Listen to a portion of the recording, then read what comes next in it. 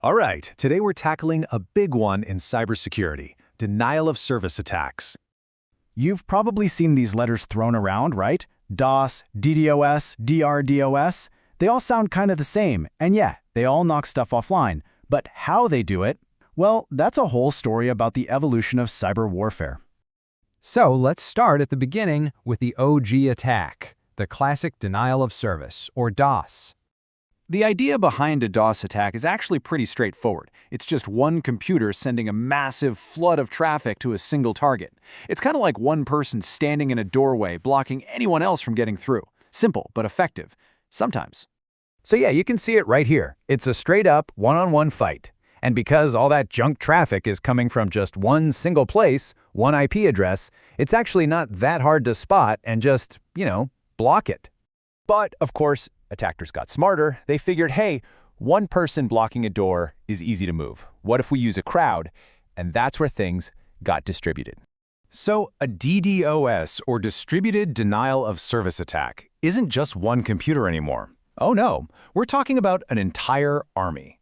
The attacker uses what's called a botnet, which is basically a huge network of hacked computers, printers, you name it, to launch this massive coordinated attack all at once.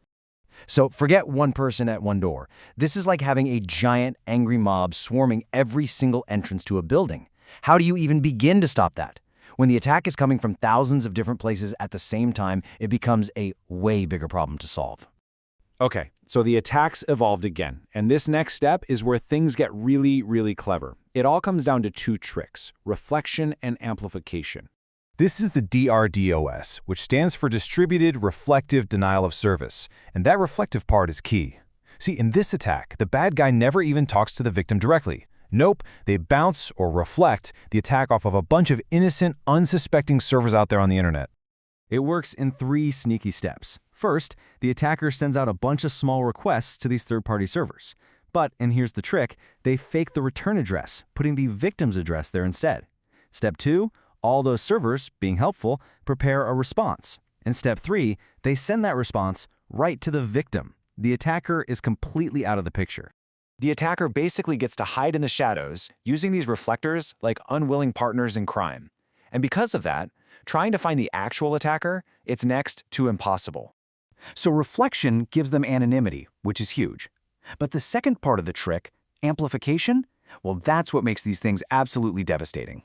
Get this, by cleverly using some normal internet services, an attacker can send a tiny request and get a response that is literally hundreds of times bigger.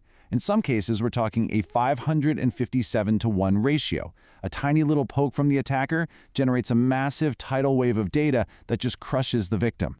Okay, so let's put it all together. What are the key differences we're looking at? You've got your basic DOS, one attacker, one target. Simple. Then you have DDoS, a whole army of bots, all attacking one target. Much bigger.